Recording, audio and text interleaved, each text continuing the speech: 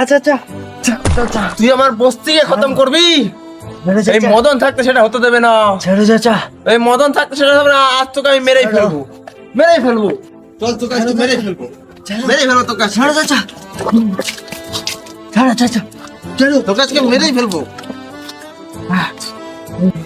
মদন সরো। ছেড়ে চাচা।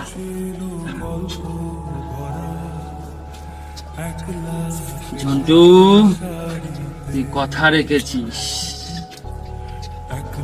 তোকে বলেছিলাম না পাউডার খেলাটা বাকি আছে।